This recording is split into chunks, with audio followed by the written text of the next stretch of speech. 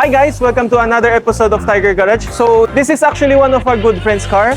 So, anong gagawin natin?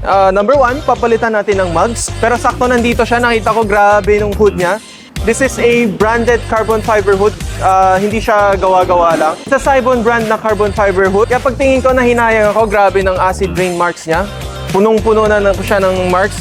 So, ayusin natin to ngayon. So, maliban dyan, papalitan din natin ng mugs, ilalagyan natin ng race. And then, another thing is yung tint niya.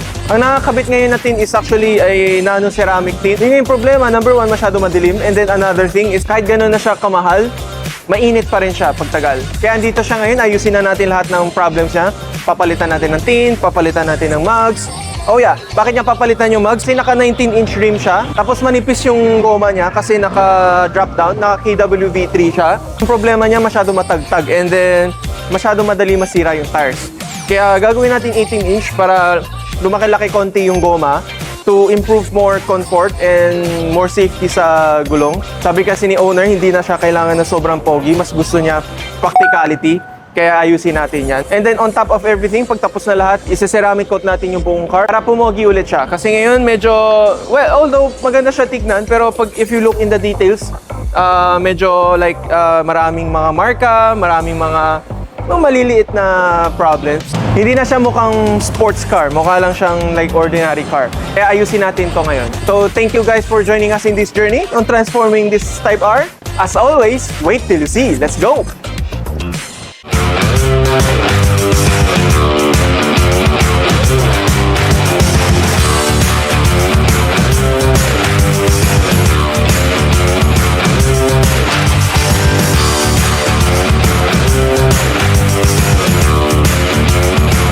Hi guys! Welcome to Tiger Garage. So, mag-share lang ako ng konting tips. As you can see, hawak ko sa kamay ko is na center cup. So, pag original center cups, medyo mahal nga. Pero konting detail lang, most of the time, pag ganitong cups for other people, hindi naman other shop, like most of the people, paglagay sa mugs, basta ikabit lang yan, then good na yan. Pero here at Tiger Garage, sa sobrang mahal ka namin, we always like to perfect every detail, just like this center cups. So, hindi namin basta-basta ikakabit lang. Kapantay namin sa lahat ng sulat. Mga boys natin, ini-install ang ating gulong. As you can see, ang center cups niya, yung race niya is same sa sulat ng mugs. Para, well, it's just a small detail. Most of the people hindi manonotice nila. Pero, yung mga tao na manonotice nila, mapapansin na, wow, pati center cups, pantay. So yes, ganun ka namin kamahal ang sasakyan nyo dito sa Tiger Garage. So if you're interested in this item, in our mugs, or in any of our items, just give us a message and let us make it happen. As always, you dream it, we build it. Goodbye!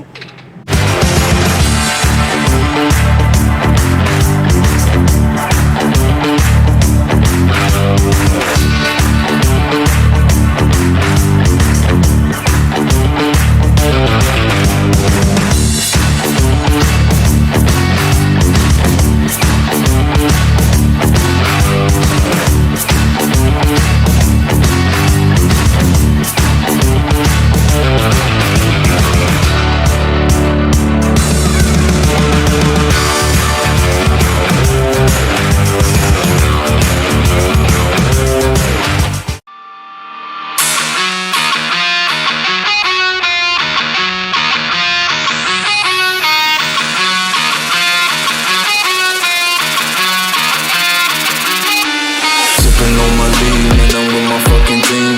Sipping on my lean and I'm with my fucking team. I said I'm sipping on my lean and I'm with my fucking team.